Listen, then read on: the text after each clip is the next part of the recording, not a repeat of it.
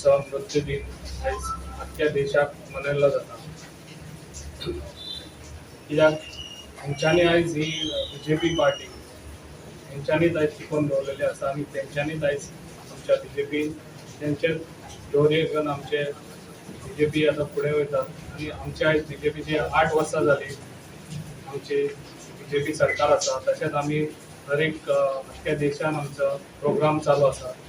तशें आमचो बीजेपी सरकार हो गरिबाचो सरकार, तो तुमच्या गरिबा पासून कसो पावपाचो तो विचार करता। ताका लागून म्हाजी एक तुमकां सगळ्यांक आमच्या पेडणेकारांक रिक्वेस्ट आहा, ज्यो आमच्यो बीजेपीच्यो ज्यो स्किमीज आहा त्यो स्किमी तुमी कित्याक त्यो स्किमी तुमकां चडशें खबर आसचें ना, तेन्ना तुमी तुमचे सरपंच तशे मेंबर्स तांकां विचारून सरपंच तशें तुमी आमच्या कडेन येवचे आनी त्यो स्किमी तुमी लाभ करून घेवचे, कित्याक त्यो स्किमी फकत तुमकां लागून केल्या त्यो। ह्या देशात जर आम्ही रावता, आमचो अखंड देश आमचो आसा, एकता जर जावंक जाय जाल्यार आमच्या देशात 2 विधान आसूं शकना, 2 प्रधान आसूं शकना किंवा 2 झेंडे आसूं शकना।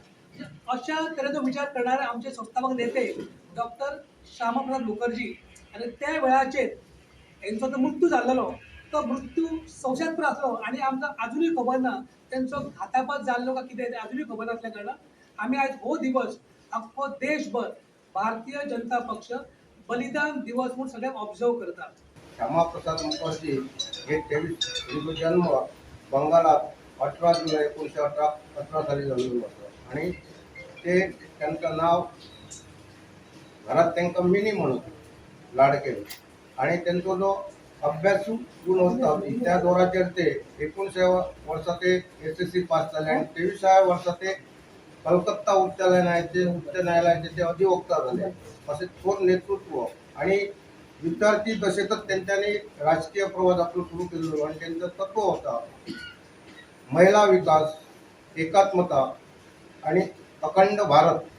कारण अखंड भारताचे शिल्पकार म्हणून आम्ही त्यांना म्हणतो, कारण त्या वेळात काश्मीरात जावपाक बंदी असली, काळ काढचे पडा, अशा टायमात त्यांच्यानी आपल्या नेतृत्वासकल काश्मीरात विदाऊट कार्ड प्रवेश केलेलो आणि ते काश्मीरात जाऊन गेले। त्याचप्रमाणे त्यांच्यानी विद्यार्थी तसेच तरुणांक एकत्र करून एक ध्यास दिलो की एकात्मतावाद आणि अखंड भारत। आणि असे करताना ते वेस्ट बंगालात 1923 सालात ते विधान परिषदेचे आमदार झाले आणि ते त्या मंत्रिमंडळात मंत्री होते। पण काही त्यांच्या त्या तत्वानुसार आणि वैचारिक पातळीनुसार ते त्यांना शक्य झालं ना, त्यांनी त्याचे राजीनामा दिलो। नंतरच्या काळात 1948 सालात नेहरूच्या पंतप्रधान नेहरू यांच्या कार्यकाळात सुद्धा ते त्यांच्या मंत्रिमंडळात मंत्री होते। त्यावेळेस सुद्धा त्यांचे मतभेद वैचारिक झाल्यामुळे